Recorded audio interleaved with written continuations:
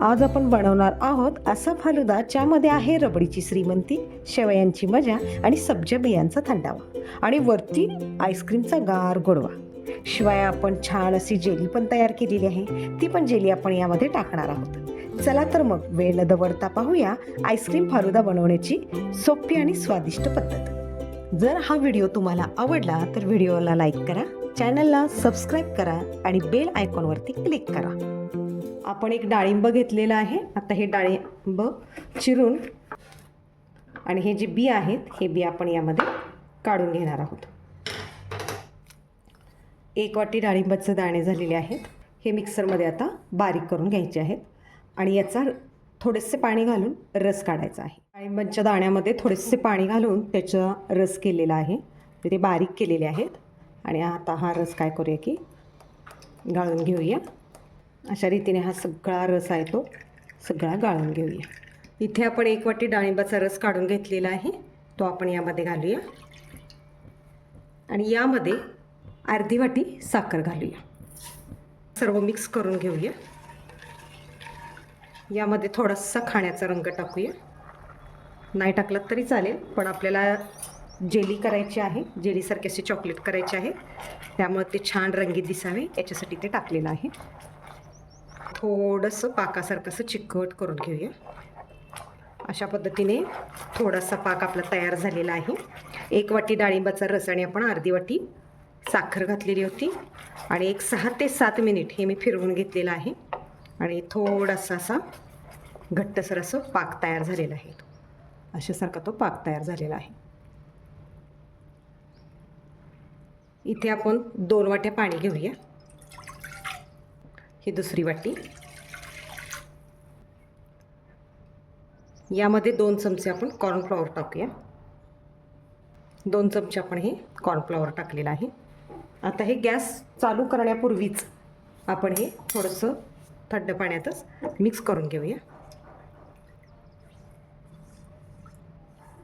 आणि नंतर गॅस आपण चालू करूया.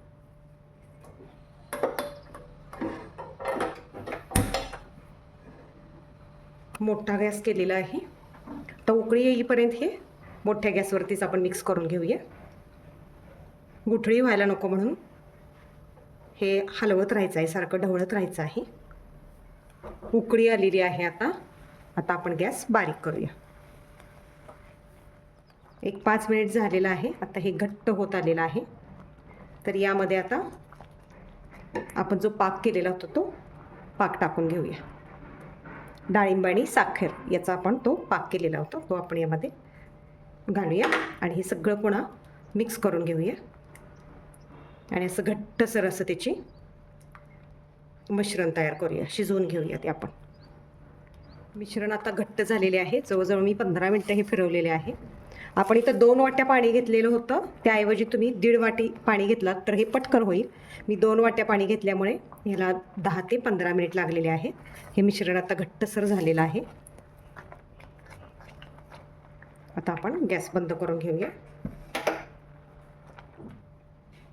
अशा रीतीने हे मी या ट्रेला तूप लावून घेतलेलं आहे आणि हे जे बॅटर केलेलं होतं ते आपण यामध्ये ओतून घेऊया. आता जे हे बॅटर आहे आपण ओतलेलं होतं तर हे थोडा वेळ रूम टेम्परेचरवरती थोडेसे कोमट होऊ देत आणि त्यानंतर आपण फ्रीजमध्ये सेट करून घेतले तरी चालेल. आपण प्रथम तुपामध्ये सेवया थोड्याशा भाजून घेणार आहोत. साजूक तूप मी 1 चमचा टाकत आहे आणि या शेवया रव्याच्या आहेत, ज्या आपण वर्षभरासाठी करून घेतो त्या शेवया आहेत. फक्त रव्यापासून या बनवलेल्या आहेत. ह्या थोड्याशा आपण आता तांबूस रंगावरती भाजून घेऊया.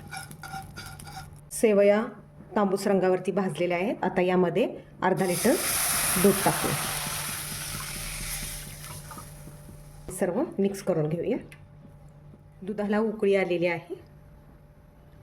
आता हे 5 मिनिट ह्या शेवया आपण उकळत्या दुधामध्ये शिजवून घेऊया. यामध्ये आपण गुलकंद पण टाकणार आहे, जो गुलकंद शरीरासाठी थंडावा देतो. उन्हाळ्यामध्ये शरीर थंड ठेवण्यासाठी आपल्याला त्याची मदत होते. त्याचबरोबर मी या फालुद्यामध्ये साखर वापरणार नाही आहे, तर मी त्यामध्ये गूळ वापरणार आहे. आता गूळ जरी उष्ण असला तरी उन्हाळ्यामध्ये जर तो थोड्या प्रमाणात पाण्यासोबत जर खाल्ला तर शरीरातली उष्णता कमी होते किंवा उष्माघाताचा जो त्रास होतो तर तो त्रास कमी होतो. म्हणून यामध्ये मी साखर न वापरता गूळ वापरणार आहे. पण गूळ कधी वापरणार आहे की दूध बऱ्यापैकी सगळं कोमट झाल्यानंतर थोडंफार थंड झाल्यानंतरच मी तिथे त्यामध्ये गूळ खिसून घालणार आहे. यामध्ये आता मी हा पोह्याचा 1 चमचा जो आहे तो कॉर्नफ्लॉवर यामध्ये घेतलेला आहे आणि हे पाण्यामध्ये मी विरघळलेले आहे ते याच्यामध्ये आता टाकूया. हे याच्यासाठी टाकायचं की जरा दुधाला दाटसरपणा येतो, म्हणून यामध्ये हे टाकून घ्यायचं. आता ह्याला उकळी आली की याला सुद्धा आहे या दुधाला काय होईल की दाटसरपणा येईल. दुधाला बघा थोडासा असा आता दाटसरपणा आलेला आहे. हे अशा पद्धतीचं दूध झालेलं आहे. 5 ते 7 मिनिटातही शेवया शिजलेल्या आहेत. आता आपण काय करूया, गॅस बंद करूया. बऱ्यापैकी मिश्रण कोमट झालेलं आहे. आता यामध्ये रोज सिरप टाकूया. रोज सिरप म्हणजे आपण हा घरी पण करू शकतो. गुलाबाच्या पाकळ्या अंगणातल्या आणायच्या आणि त्या शिजवायच्या आणि त्याच्यामध्ये साखर घालून त्याचा पाक करायचा आणि थोडासा बिटाचा 1-2 चमचे रस टाकायचा. अशा पद्धतीने हा रोज सिरप तयार होतो.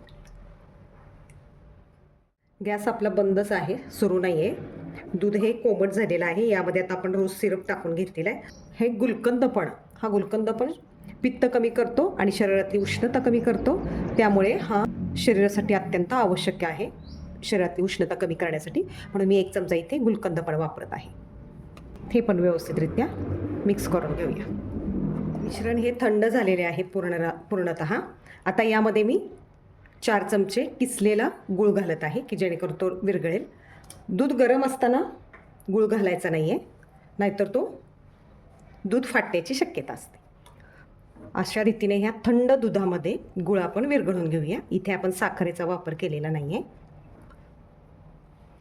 आता हे सगळं मिक्स केलेलं आहे. हे आता आपण ग्लासमध्ये सर्व करूया. अशा रीतीने आपली जेली सेट झालेली आहे. आता ही जेली सेट झालेली आहे, त्याचे पीसेस करून घेतलेले आहेत. ग्लासमध्ये आपण आता रोज सिरप घेऊया.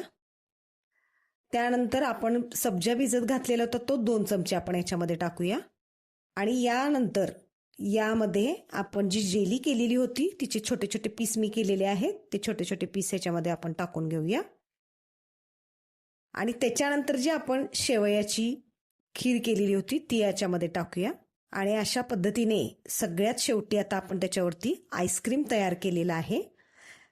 तुम्हाला जर ह्या आईस्क्रीमची रेसिपी पाहायची असेल तर वर दिलेल्या लिंकवरती तुम्ही क्लिक करा. अत्यंत साधी सोपी अशी आईस्क्रीमची रेसिपी आहे. ते आईस्क्रीम यावरती घालायचं आहे आणि थोडेसे ड्रायफ्रुट्स टाकायचे आहेत.